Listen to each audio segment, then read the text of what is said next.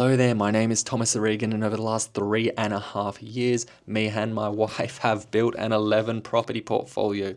Now, today in this video, what I wanted to go over was something very simple. If you are buying apartments, these are the top questions you need to ask on the first conversation you have with the sales agent.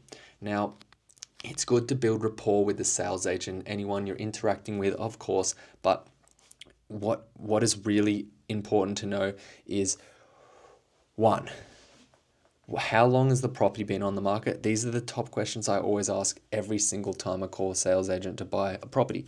How long has the property been on the market? And let me explain. The reason I ask how long the property's been on the market, because that will determine what the vendors are willing to accept as a price in terms of what their initial expectations were.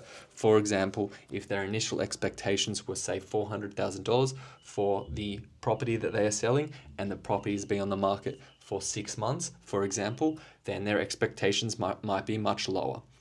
So I like to know how long's it been on the market, and then I say, hey, look, even if it's already got the advertised price, and I say, hey, what is the advertised price? And then I say, hey, what is the vendor's expectations on this? And then the reason I always ask what are the vendor's expectations is because they might actually say a number that is lower than what I would offer. So it's always worth just asking, what are the vendor's expectations? Because the reality is most of the time they have high expectations, but every once in a blue moon, they say a number that is far lower than something that I was actually willing to offer. So instead of me going in there all gung-ho and thinking in my head I'm going to lowball them or offer a reasonable offer and saying my price first, if I ask them their price first, again, doesn't happen often, but it's worth saying it at the start of the conversation, in the first conversation, because you may give yourself a massive discount.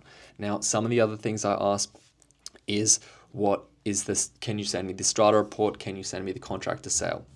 Always read through the contract to sale before I purchase a property, and I always want to understand what's going on with this strata, especially or the body corp, depending on what state you're in. It's called a body corp or strata report, because that is going to fluctuate a lot. Those prices will be different, and when it comes to apartments, the strata or body corp is one of the biggest expenses you will have on the property in a lot of cases.